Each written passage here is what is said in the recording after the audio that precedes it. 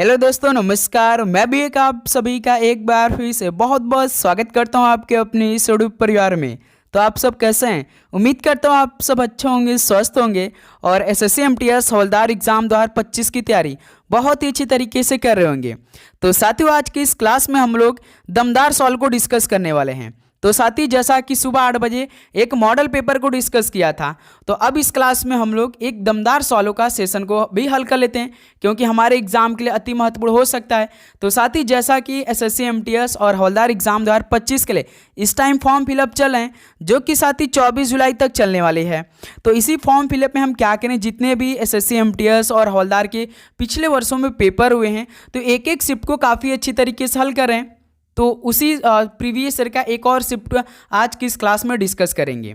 Okay दोस्त, तो इस क्लास को कंप्लीट देखिएगा, क्योंकि साथी यदि आपका प्रीवियस ईयर के लगभग सारे क्वेश्चन तैयार हो जाते हैं, तो मान के चलिए 50 to 60% जो है वो हमारा अच्छी तरीके से तैयारी हो जाता है प्रीवियस ईयर के सवालों से। ओके, तो इस क्लास को कंप्लीट देखिएगा। बस आपको अपनी तैयारी को परखना है कि आप सभी से जितने भी हम टोटल क्वेश्चन कराएंगे, उससे क्या आपका 60 to 70% जो सवाल है वो सही हो पा रही कि नहीं, बस यही आपको चेक करना है, वो भी साथ ही नेगेटिव मार्किंग के साथ। वैसे तो देखिए, मैथ रीजनिंग में तो नेगेटिव मार्किंग नहीं रहता है, उसका नंबर भी नहीं जुड़ता, लेकिन साथ ही जीके और इंग्लिश का तो नंबर जुड़ता है। 25 क्वेश्चन जीके आता है और 25 क्वेश्चन इंग्लिश आता है। यही दो सब्जेक्ट से आपका मेरिट लिस्ट बनता है। मैथ और रीजनिंग से तो मेरिट लिस्ट बनता नहीं है, केवल उसे पास करना जरूरी होता है। ओके, तो आप आराम से साथी 2025 में एमटीएस में सिलेक्शन ले सकते हैं, केवल यही जीके को पढ़कर और इंग्लिश को पढ़ के काफ़ी अच्छी तरीके से। ओके, तो ये क्लास आपके लिए अति महत्वपूर्ण होगा भाई। लास्ट में अपना स्कोर करेंगे, तो चलिए बिना टाइम वेस्ट करते हुए इस क्लास को स्टार्ट कर लेते हैं। पेपर से पहले सारे प्रश्न को आप अच्छे से रट्टा लगाइएगा। जितने भी हम इस समय आपको क्लास दे रहे हैं, हर एक क्वेश्चन आपको अच्छे से पढ़ना है और उसे रेडी करते रहना है साथी एग्जाम तक। देखिएगा, आप 25 में से लगभग 22 से 23 क्वेश्चन सही करके आ जाएंगे पेपर में। ओके, बिल्कुल ऐसा प्रश्न आएंगे पेपर में जो आज की इस क्लास में हम लोग डिस्कस करने वाले हैं। तो चलिए इस क्लास को स्टार्ट करते हैं। लास्ट में अपना स्कोर करेंगे नेगेटिव मार्किंग के साथ। ओके, तो पहला प्रश्न का राइट आंसर बताइएगा। रविन्द्रनाथ टैगोर को नोबेल पुरस्कार किसके लिए मिला था? तो रविन्द्रनाथ टैगोर जी को नोबेल पुरस्कार मिला था 1913 में। किसके लिए मिला था? गीतांजलि के लिए मिला था, जो कि साथी साहित्य में। ऑप्शन है क्या बनेगा इस सवाल का? बिल्कुल राइट आंसर हो जाएंगे। ओके, चलिए नेक्स्ट अगला सवाल बताएंगे। क्वेश्चन नंबर 2, सागा दावा किस राज्य का त्यौहार है? बताइए साथी, सागा दावा किस राज्य का त्यौहार है? तो साथी ये तो सिक्किम राज्य का है, तो यहां से डी ऑप्शन क्या बनेगा? बिल्कुल राइट आंसर हो जाएंगे। ओके, चलिए नेक्स्ट अगला सवाल बताएंगे। क्वेश्चन नंबर 3, किस धर्म के भिक्षुओं के लिए चैत्य और बिहारों का निर्माण किया गया था? बताएंगे साथी, किस धर्म के भिक्षुओं के लिए चैत्य और बिहारों का निर्माण किया गया था? तो मेरे दोस्त याद रखिएगा, बौद्ध धर्म के लिए। ऑप्शन सी क्या बनेगा? बिल्कुल परफेक्ट आंसर हो जाएंगे। ओके, चलिए अगला सवाल बताएंगे। क्वेश्चन नंबर 4, किस देश का संविधान विश्व के किसी सार्वभौम देश में सबसे बड़ा लिखित संविधान है? बताइएगा भाई, किस देश का संविधान विश्व के किसी सार्वभौम देश में सबसे बड़ा लिखित संविधान है? तो आप जानते हैं साथी, भारत देश का है, तो यहां से डी ऑप्शन क्या बनेगा? बिल्कुल परफेक्ट आंसर हो जाएंगे। ओके, चलिए अगला सवाल बताएंगे। क्वेश्चन नंबर 5, प्रत्येक संसदीय बैठक का पहला घंटा किसके लिए होता है? तो साथी, जो प्रत्येक संसदीय बैठक का पहला जो आवर होता है, यानी पहला घंटा होता है, वो किसके लिए होता है? तो मेरे दोस्त याद रखिएगा, प्रश्नकाल के लिए होता है, तो यहां से ऑप्शन सी क्या बनेगा? बिल्कुल परफेक्ट आंसर हो जाएंगे। ओके, चलिए अगला सवाल को हल करिए। Question number 6, the jungle book किसने लिखी थी? तो मेरे दोस्त, द जंगल बुक किसने लिखी थी? तो भाई याद रखिएगा, रुडयार्ड किपलिंग ने लिखी थी, यानी ऑप्शन सी क्या बनेगा? बिल्कुल परफेक्ट आंसर हो जाएंगे। चलिए नेक्स्ट अगला सवाल को हल करिए। क्वेश्चन नंबर 7, इन रेलवे स्टेशनों में से कौन सा एक विश्व विरासत स्थल है? यानी साथी आपको 4 स्टेशन दिया गया है, जिनमें साथी एक जो है विश्व विरासत स्थल में शामिल है, वो कौन सा है? बताइएगा। तो भाई छत्रपति शिवाजी जो टर्मिनल स्टेशन है, ये क्या है?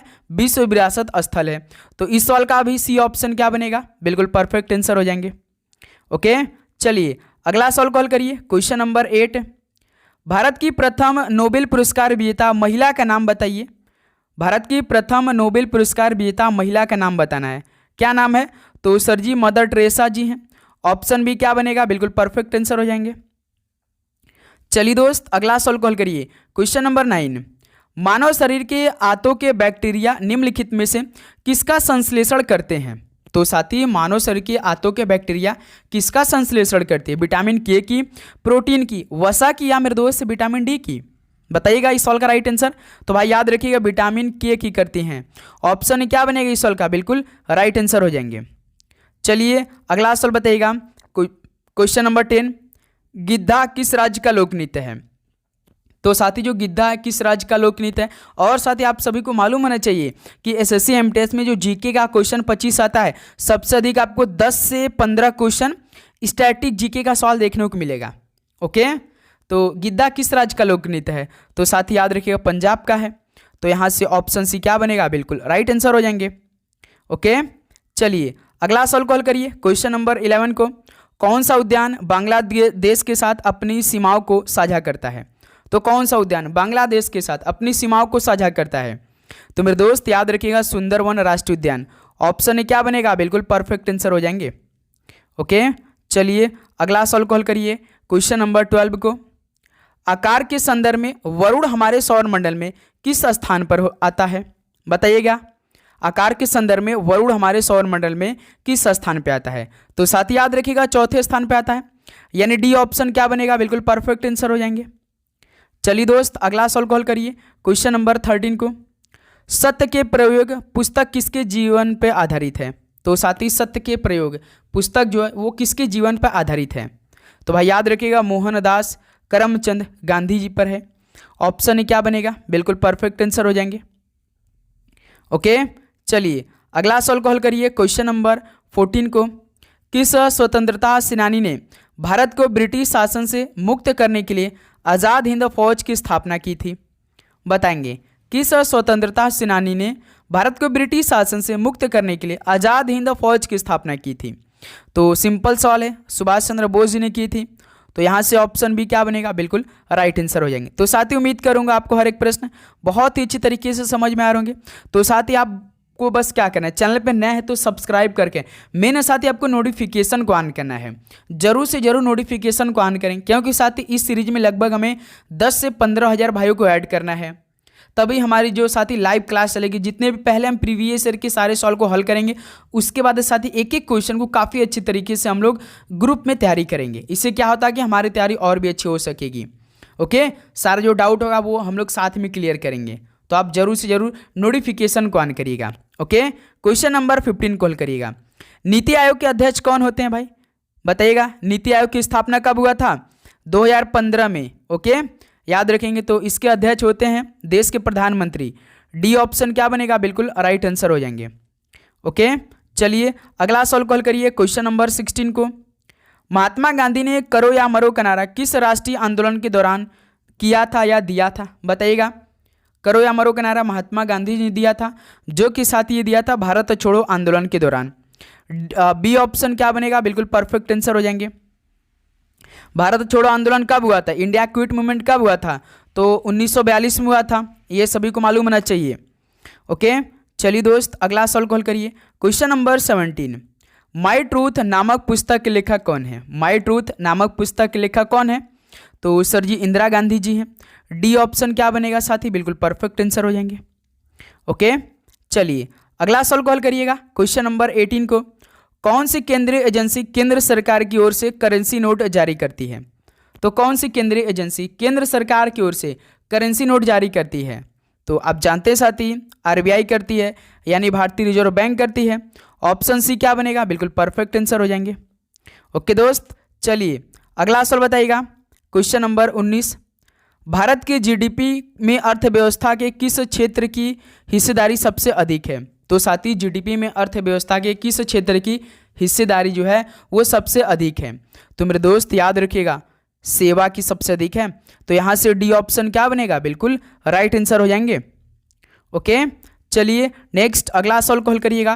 क्वेश्चन नंबर 20, कांग्रेस के किस अधिवेशन में पूर्ण स्वराज की मांग को अपनाया गया था? बताइएगा सर, ये महत्वपूर्ण सवाल है। बताइएगा कि कराची के कांग्रेस के किस अधिवेशन में पूर्ण स्वराज की मांग को अपनाया गया था? तो भाई याद रखिएगा लाहौर अधिवेशन में। डी ऑप्शन क्या बनेगा? बिल्कुल परफेक्ट आंसर हो जाएंगे। ओके दोस्त, चलिए नेक्स्ट अगला सवाल को हल करिएगा क्वेश्चन नंबर 21 को। त्र्यंबकेश्वर निम्न में से किस नदी का उद्गम स्थल है? तो भाई जो त्र्यंबकेश्वर है किस नदी का उद्गम स्थल है? तो भाई गोदावरी नदी का है, यानी ऑप्शन क्या बनेगा? बिल्कुल परफेक्ट आंसर हो जाएंगे। ओके, चलिए नेक्स्ट अगला सवाल को हल करिएगा क्वेश्चन नंबर 22। निम्नलिखित तत्वों में से किसका सबसे कम गलनांक है? तो इन तत्वों में से किसका सबसे कम गलनांक है? तो भाई याद रखिए क्रिप्टन की है। डी ऑप्शन क्या बनेगा? बिल्कुल परफेक्ट आंसर हो जाएंगे। ओके, चलिए अगला सवाल को हल करिएगा क्वेश्चन नंबर 23 को। मैग्नीशियम सल्फेट हेप्टाहाइड्रेट का साधारण नाम क्या है? साइंस के ऐसे ऐसे सवाल पूछे जाते हैं साथी, चेक कर सकते हैं आप लोग। तो मैग्नीशियम सल्फेट हेप्टाहाइड्रेट का साधारण नाम क्या है? तो भाई इप्सम सॉल्ट है। ऑप्शन ए बिल्कुल परफेक्ट आंसर हो जाएंगे। ओके दोस्त, चलिए अगला सवाल को हल करिएगा क्वेश्चन नंबर 24। एलिफेंटा की गुफाएं किस देवता को समर्पित है? तो मेरे दोस्त एलिफेंटा की गुफाएं किस देवता को समर्पित है? तो सर जी शिव भगवान को समर्पित है। ऑप्शन ए क्या बनेगा? बिल्कुल राइट आंसर हो जाएंगे। ओके, चलिए नेक्स्ट अगला सवाल को हल करिएगा क्वेश्चन नंबर 25 को। निम्नलिखित में से कौन सा एक प्रभावी अग्निशामक है? तो इनमें से भाई एक प्रभावी जो अग्निशामक है वो कौन सा है? तो भाई याद रखिए ऑर्गन नहीं है, हेलोजन भी नहीं है, हीलियम नहीं है, तो कौन बचा? हेलेंस बचा। तो हेलेंस क्या है? एक प्रभावी अग्निशामक है। तो बी ऑप्शन बिल्कुल परफेक्ट आंसर हो जाएंगे। ओके, लास्ट में स्कोर करेंगे साथ ईमानदारी के साथ। ओके, क्वेश्चन नंबर 26 देखिए। डैश एक हिंदू संत थे जो भक्ति आंदोलन और महाराष्ट्र के वारकारी संप्रदाय से जुड़े थे, वो कौन है साथी? जो कि एक हिंदू संत भी थे और भक्ति आंदोलन और महाराष्ट्र के वारकरी संप्रदाय से जुड़े थे, उनका नाम क्या था? तो गोरा कुंभार था। ऑप्शन बी क्या बनेगा? गोरा कुंभार बिल्कुल परफेक्ट आंसर हो जाएंगे। चलिए दोस्त अगला सवाल को हल करिएगा क्वेश्चन नंबर 27। आज़ाद हिंद एक भारतीय अस्थायी सरकार थी जिसे काबिज किए गए, ये किस देश में वर्ष 1943 में स्थापित किया गया था? तो मेरे दोस्त जो आज़ाद हिंद एक भारतीय अस्थायी सरकार थी जिसे काबिज किए गए, ये किस देश में वर्ष 1943 में स्थापित किया गया था? तो सिंपली भाई ये सिंगापुर में किया गया था। ऑप्शन सी क्या बनेगा? बिल्कुल राइट आंसर हो जाएंगे। ओके, चलिए नेक्स्ट अगला सवाल बताएंगे क्वेश्चन नंबर 28। बिंदुसार किसका पुत्र था? तो साथी बिंदुसार किसका पुत्र था? तो याद रखिएगा चंद्रगुप्त का। ऑप्शन सी क्या बनेगा? बिल्कुल राइट आंसर हो जाएंगे। चलिए दोस्त अगला सवाल कॉल करिएगा क्वेश्चन नंबर 29। कुलडीहवा पुरातात्विक स्थल कहाँ पर स्थित है? तो मेरे दोस्त कुलडीहवा पुरातात्विक स्थल कहाँ पर स्थित है? तो भाई याद रखिएगा यूपी में स्थित है। ऑप्शन सी क्या बनेगा? बिल्कुल परफेक्ट आंसर हो जाएंगे। ओके, चलिए नेक्स्ट अगला सवाल कॉल करिए क्वेश्चन नंबर 30 को। भारतीय संविधान का अनुच्छेद 19 बोलने आदि की स्वतंत्रता से संबंधित कुछ अधिकारों का संरक्षण किससे संबंधित है? तो भाई जो भारतीय संविधान का आर्टिकल 19 है, बोलने आदि की स्वतंत्रता संबंधित कुछ अधिकारों का संरक्षण, यह किससे संबंधित है? तो भाई याद रखिएगा भारतीय नागरिक के मौलिक अधिकार से संबंधित है। डी ऑप्शन क्या बनेगा? बिल्कुल परफेक्ट आंसर हो जाएंगे। ओके, चलिए नेक्स्ट अगला सवाल कॉल करिए क्वेश्चन नंबर 31 को। राष्ट्रीय जनतांत्रिक गठबंधन की स्थापना कब हुई थी? तो साथी राष्ट्रीय जनतांत्रिक गठबंधन की स्थापना कब हुई थी? तो भाई याद रखिएगा 1998 में हुई थी। बी ऑप्शन क्या बनेगा? बिल्कुल परफेक्ट आंसर हो जाएंगे। ओके, चलिए नेक्स्ट अगला सवाल कॉल करिए question number 32। Life is what you make it, लेखक कौन है? बताइए साथी, life is what you make it, इसके लेखक कौन है? लॉक करिए सॉल्व का राइट आंसर। तो भाई याद रखिएगा प्रीति सेनॉय है। डी ऑप्शन क्या बनेगा मेरे दोस्त? बिल्कुल परफेक्ट आंसर हो जाएंगे। ओके, चलिए अगला सवाल कॉल करिएगा क्वेश्चन नंबर 33। महाराष्ट्र के चंद्रपुर जिले में सबसे पुराना और सबसे बड़ा राष्ट्रीय उद्यान कौन सा है? अच्छा सवाल एग्जाम के लिए भाई, ये बन सकता है पेपर में। महाराष्ट्र के चंद्रपुर जिले में सबसे पुराना और सबसे बड़ा राष्ट्रीय उद्यान कौन सा है? तो भाई याद रखिएगा ताडोबा अंधारी बाघ प्रोजेक्ट है। ऑप्शन है क्या बनेगा? बिल्कुल राइट आंसर हो जाएंगे। ओके दोस्त, चलिए अगला सवाल बताएंगे क्वेश्चन नंबर 34। ऑस्कर पुरस्कार जीतने वाले प्रथम भारतीय व्यक्ति का नाम क्या है? तो साथी ऑस्कर पुरस्कार जीतने वाले प्रथम भारतीय व्यक्ति का नाम बताना आपको, क्या नाम था? तो सर ये भानु अथैया था, यानी बी ऑप्शन क्या बनेगा इस सवाल का? परफेक्ट आंसर हो जाएंगे। चलिए दोस्त अगला सवाल को हल करिएगा। Question number 35। आंख का बाहरी सफ़ेद हिस्सा जो आंतरिक संरचनाओं की रक्षा करती है वो कौन सी है? बताइए साथी। आंख का बाहरी सफ़ेद हिस्सा जो आंतरिक संरचनाओं की रक्षा करता है उसका नाम क्या है भाई? तो याद रखिएगा साथी, स्क्लेरा होती है। ऑप्शन बी क्या बनेगा आप सभी का? बिल्कुल परफेक्ट आंसर हो जाएंगे। ओके दोस्त, चलिए नेक्स्ट अगला सवाल बताएंगे। Question number 36। प्रोटीनों का निर्माण किससे होता है? तो साथी प्रोटीनों का निर्माण किससे होता है? तो भाई याद रखिएगा एमिनो अम्ल से होता है, यानी ऑप्शन इस सवाल का बिल्कुल राइट आंसर हो जाएंगे। चलिए गुरु नेक्स्ट अगला सवाल कॉल करिएगा। Question number 37। भारतीय संविधान के निर्माताओं ने स्वतंत्रता, समता और बंधुता के सिद्धांतों को किस संविधान से लिया था? तो साथी भारतीय संविधान के निर्माताओं ने स्वतंत्रता, समता और बंधुता के सिद्धांतों को किस संविधान से लिया था? तो मेरे दोस्त याद रखिए फ्रांसीसी संविधान से लिया था, यानी ऑप्शन ए क्या बनेगा इस सवाल का? बिल्कुल परफेक्ट आंसर हो जाएंगे। ओके चलिए नेक्स्ट अगला सवाल कॉल करिएगा। Question number 38। हड़प्पा नीति डॉक्ट्रिन ऑफ लैप्स किसने दिया था? बताइए साथी। हड़प्पा नीति यानी डॉक्ट्रिन ऑफ लैप्स किसने दिया था? तो साथी याद रखिएगा लॉर्ड डलहौजी ने दिया था, यानी ऑप्शन सी क्या बनेगा? बिल्कुल परफेक्ट आंसर हो जाएंगे। ओके चलिए नेक्स्ट अगला नंबर बताएंगे। Question number 39। 1799 की श्रीरंगपट्टनम की लड़ाई में अंग्रेजों ने किसे हराया था? बताइए। 1799 की श्रीरंगपट्टनम की लड़ाई में अंग्रेजों ने भाई किसे हराया था? तो साथ ही याद रखिए टीपू सुल्तान को। बी ऑप्शन क्या बनेगा? बिल्कुल परफेक्ट आंसर हो जाएंगे। ओके दोस्त चलिए अगला सवाल कॉल करिएगा। क्वेश्चन नंबर 40 को। अहमदाबाद में साबरमती आश्रम किसने स्थापित किया था? तो बहुत इजी सवाल हो गया आपके लिए। अहमदाबाद में साबरमती आश्रम किसने स्थापित किया था? तो इस सवाल का राइट आंसर आप हमें साथ ही कमेंट बॉक्स में बताइएगा। ये सवाल आपके लिए HW होने वाला है। जब क्लास समाप्त होगी तो इस सवाल का राइट आंसर आप कमेंट करके बताएंगे। ओके सभी साथी बताएंगे भाई। चलिए नेक्स्ट अगला सवाल कॉल करिए। Question number 41। भारत छोड़ो आंदोलन कब शुरू किया गया था? भाई हमने तो बीच में ये सवाल का राइट आंसर दिया था आपको।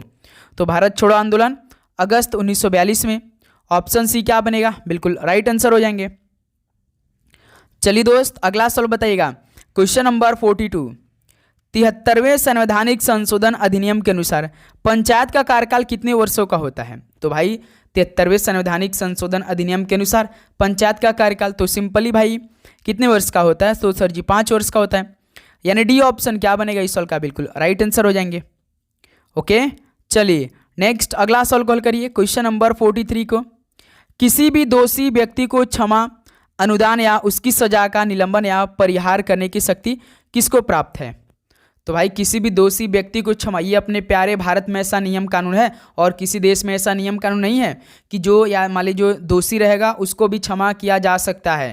ओके तो ये जो शक्ति होती है वो किसको प्राप्त होती है? तो आप जानते हैं साथी देश के राष्ट्रपति को हमारे। ऑप्शन ए बिल्कुल परफेक्ट आंसर हो जाएंगे।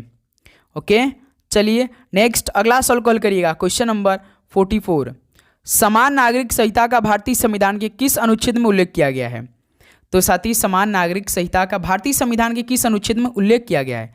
तो भाई याद रखिएगा अनुच्छेद 44 में। ऑप्शन ए क्या बनेगा? बिल्कुल परफेक्ट आंसर हो जाएंगे। ओके चलिए नेक्स्ट अगला सवाल कॉल करिए। Question number 45। अभिनव बिंद्रा ने ओलंपिक्स में किस खेल में स्वर्ण पदक जीता था? अभिनव बिंद्रा किस खेल से संबंधित है भाई? तो सिंपली सर जी निशानेबाजी से। ऑप्शन ए क्या बनेगा साथी? बिल्कुल राइट आंसर हो जाएंगे। ओके चलिए अगला सवाल कॉल करिए। Question number 46। द नेम सेक के लेखक कौन है? द नेम सेक पुस्तक है भाई, इसके लेखक कौन है? तो झुम्पा लाहिड़ी हैं। बी ऑप्शन क्या बनेगा आपका? बिल्कुल परफेक्ट आंसर हो जाएंगे। ओके गुरु चलिए अगला सवाल कॉल करिए। Question number 47। मोरिंगा ओलिफेरा किसका वैज्ञानिक नाम है? मोरिंगा ओलिफेरा ये किसका वैज्ञानिक नाम है? तो भाई याद रखिए ड्रमस्टिक का है ये। डी ऑप्शन क्या बनेगा? बिल्कुल राइट आंसर हो जाएंगे। चलिए गुरु अगला सवाल को हल करिएगा। क्वेश्चन नंबर 48 को। चिराव किस राज्य का लोक नृत्य है? बताइएगा चिराव किस राज्य का लोक नृत्य है? तो साथ ही याद रखिएगा मिजोरम का है। ऑप्शन ए क्या बनेगा? बिल्कुल परफेक्ट आंसर हो जाएंगे। ओके चलिए नेक्स्ट अगला सवाल कॉल करिए। Question number 49। लौह स्तंभ कहाँ स्थित है? तो साथी लौह स्तंभ कहाँ पर स्थित है? तो सर जी कुतुब मीनार भवन समूह में स्थित है। ऑप्शन क्या बनेगा आपका, बिल्कुल परफेक्ट आंसर हो जाएंगे। ओके, चलिए दोस्त अगला सवाल कॉल करिए। क्वेश्चन नंबर 50, वांगला उत्सव किस राज्य में मनाया जाता है? तो मेरे दोस्त वांगला उत्सव किस राज्य में मनाया जाता है? तो भाई याद रखिएगा मेघालय में। ऑप्शन बी क्या बनेगा, बिल्कुल परफेक्ट आंसर हो जाएंगे। ओके, चलिए नेक्स्ट अगला सवाल कॉल करिए। क्वेश्चन नंबर 51, पाइका नृत्य इनमें से किस राज्य से संबंधित है? तो मेरे दोस्त पाइका जो नृत्य है किस राज्य से संबंधित है? तो सर जी झारखंड से संबंधित है। डी ऑप्शन क्या बनेगा साथी, बिल्कुल राइट आंसर हो जाएंगे। ओके, चलिए नेक्स्ट अगला सवाल कॉल करिए। क्वेश्चन नंबर 52 को, माधुरी मृदुल का संबंध किस शास्त्रीय नृत्य से है? तो भाई माधुरी मृदुल का संबंध किस शास्त्रीय नृत्य से है? तो उड़ीसी से है। ऑप्शन सी क्या बनेगा, बिल्कुल राइट आंसर हो जाएंगे। ओके, चलिए नेक्स्ट अगला सवाल बताएगा। क्वेश्चन नंबर 53, पीदरूत लागल कहाँ की सबसे ऊंची चोटी है? भाई ये चोटी देखिए, पीदरूत लागल ये कहाँ की सबसे ऊंची चोटी यानी किस देश की है? तो भाई याद रखिए ये श्रीलंका देश की है सबसे ऊंची चोटी। ऑप्शन बी क्या बनेगा, बिल्कुल राइट आंसर हो जाएंगे। ओके गुरु, चलिए नेक्स्ट अगला सवाल कॉल करिए। क्वेश्चन नंबर 54 को, सूरजकुंड झील किस राज्य में स्थित है? तो सूरजकुंड झील किस राज्य में स्थित है? तो भाई याद रखिएगा हरियाणा में स्थित है। ऑप्शन सी क्या बनेगा, बिल्कुल राइट आंसर हो जाएंगे। चलिए मेरे दोस्त लास्ट क्वेश्चन साथी आज की इस क्लास को होने वाला है। मध्य प्रदेश में खजुराहो मंदिर किस वास्तुकार शैली का उदाहरण है? तो साथी मध्य प्रदेश में जो खजुराहो मंदिर है किस वास्तुकार शैली का एग्जाम्पल है? तो याद रखिएगा साथी नागर शैली का एग्जाम्पल है, यानी बी ऑप्शन बिल्कुल परफेक्ट आंसर हो जाएंगे।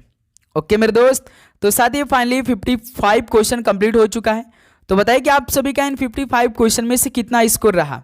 ईमानदारी के साथ बताएंगे और नेगेटिव मार्किंग के साथ बताएंगे। एक क्वेश्चन 3 नंबर का यानी 65 थी आपका 165 55 थी 165 होता है, तो 165 नंबर का ये पूरा आपका टेस्ट था।